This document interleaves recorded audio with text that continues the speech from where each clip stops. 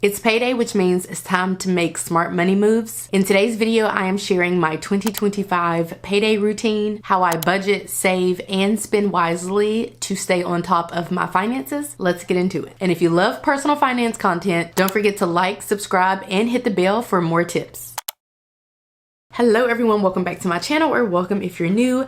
In today's video, I am going to be sharing my 2025 payday routine. My payday routine does change every now and again, maybe like once every year it might switch up, or I might just kind of tweak it and update it a wee bit at the top of each year. But for all intents and purposes, it is a pretty solid plan, and there are steps that I go through each and every payday for each and every payday to just kind of stay on top of our finances, and I am going to share those with you all now. Step number one is to check your bank account. You need to log into your bank account to confirm that you have been paid and to confirm that your payday is what it is supposed to be. We are salaried, so our paydays don't really change from month to month, from check to check. Every now and again, one might be a little bit more for whatever reason, or maybe even a little bit less at times, but we already know if it's going to be a little bit more or if it's going to be a little bit less. So step one is just to confirm that deposit. Because we are credit card spenders and we do have one credit card that we put as many purchases on as possible so that we can get some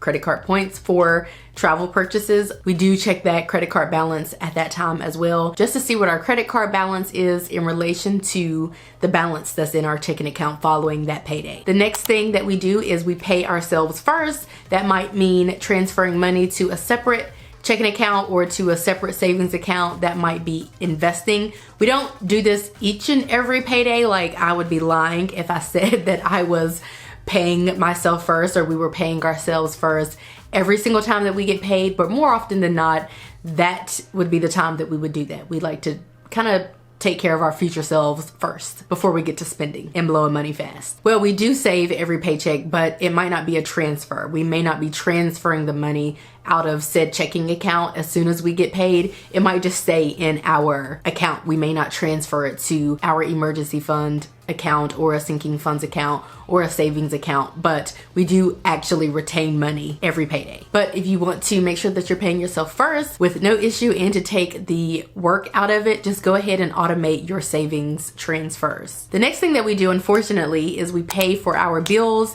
and fixed expenses. Now, I consider all expenses that have a due date to be a bill. So that could be Netflix, it could be Amazon Music, it could be our mortgage, it could be electricity. So I consider all of those to be bills, but I guess in reality, really, like electricity, mortgage, stuff like that, those are actual bills. And then the rest of them, like Netflix, Amazon Music, Hulu, all of those are more fixed expenses, but we make sure we pay for all of those once we get paid. All of our bills and fixed expenses are actually on auto pay, so I don't actually have to go in and pay any bill because I don't want to be bothered with that, but I do have to verify that the payment has been deducted and it's the correct amount. One thing that you can do is set up all of your bills on auto pay, and when you get paid, you can go ahead and pay all of the bills that are going to be due before your next payday. So just set aside one bit of time to pay all of those bills so you don't have to think about them until your next payday. Another thing that might help you is to set bill reminders. I have a Google Calendar and I have all of our bills as events, and they recur every month.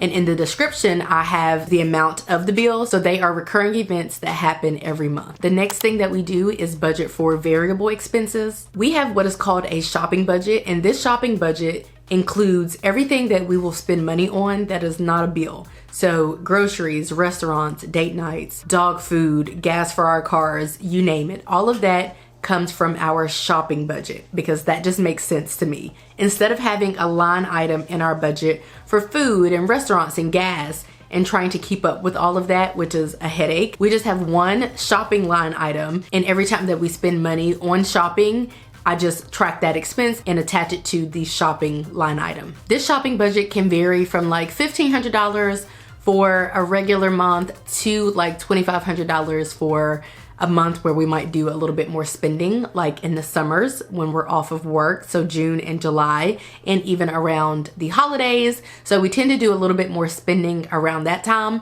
So we do budget accordingly, but essentially we do have a budget in the back of our heads for all of these different items. What I mean by that is we try to spend no more than like $500 on groceries each month. And to do that, that means that if there are generally about 4 weeks in each month, we know that we can spend up to $125 each time that we go shopping, which we typically do once per month. Like I mentioned, I track all of our expenses and I do this electronically in Notion. So as we're going throughout the month, I actually am tracking all of those expenses, and that's how I know how much money we have spent so far from the shopping budget and how much is remaining. And we know pretty much how much we're going to spend from one payday to the next. There's no real specific amount that we set truly, but we generally try to stick between like $300 to $375 for our shopping spending each week. One thing that you can do is use cash envelopes to track your spending for your variable expenses. You can also transfer money to a separate spending account, so you can have a bill pay account for just bills and then another checking account for your variable spending. Another way to keep track of your variable spending, of course, is to do what we do, which is to track every single one of those expenses. The next step in this process is to make any extra debt payments.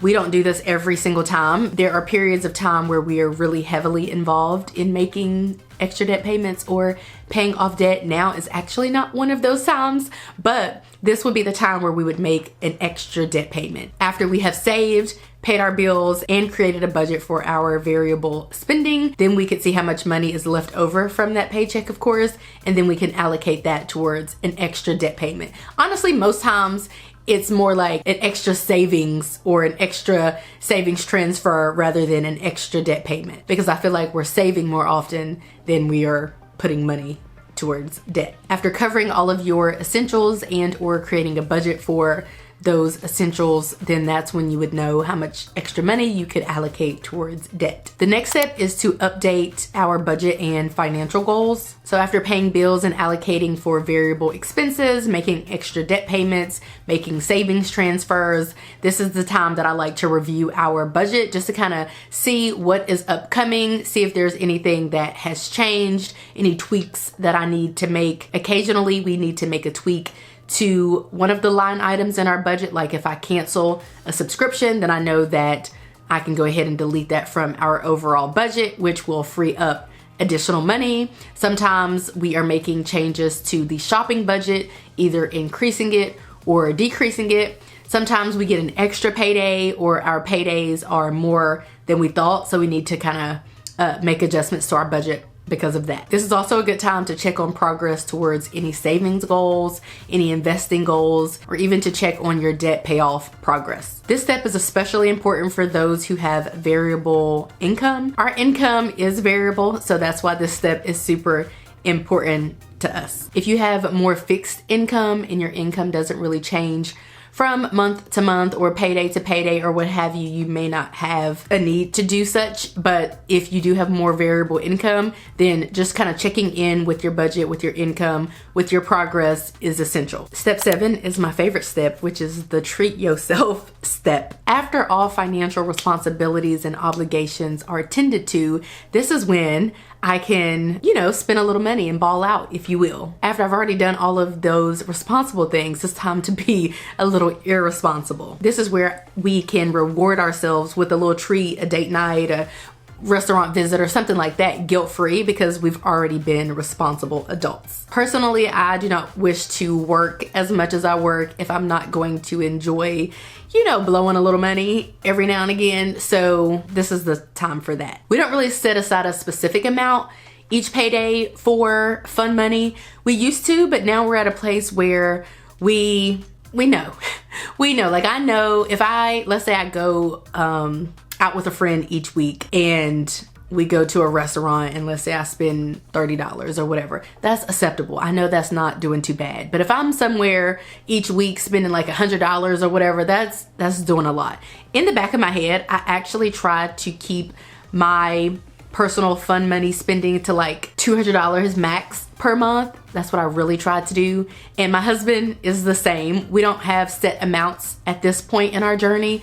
We used to, but that's where I try to stay. That's because of my spending. There's really nothing that I want that costs hundreds of dollars or that just costs a bunch of money that's not a necessity. So even like right now, I can't really think of anything that I want. Really, I just spend my money on experiences, and because I am a social butterfly and I am going out with people a good amount of times in the month, I just pretty much like to, I guess, restrict my personal spending to experiences and things like that instead of buying stuff. I definitely don't buy things, a lot of things. I don't want things, but I do love experiences. You definitely want to budget for fun so you don't feel too restricted. I mean, I guess there are people who are okay with maybe being confined to the house and not spending any money on fun stuff. And there are people who have to because of, you know, their income or their financial situations. I realize that.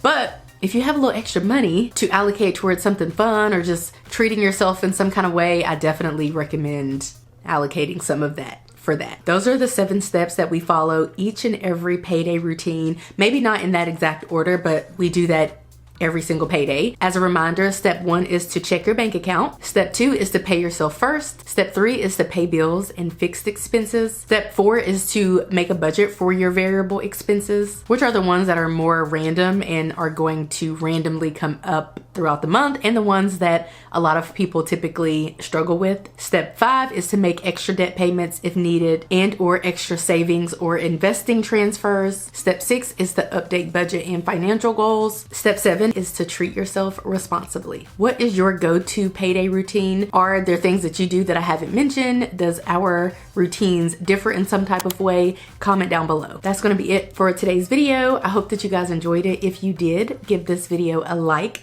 Subscribe if you're new and if you're liking what you're seeing, and I will catch you guys right back here in a few days in a brand new video. Bye guys.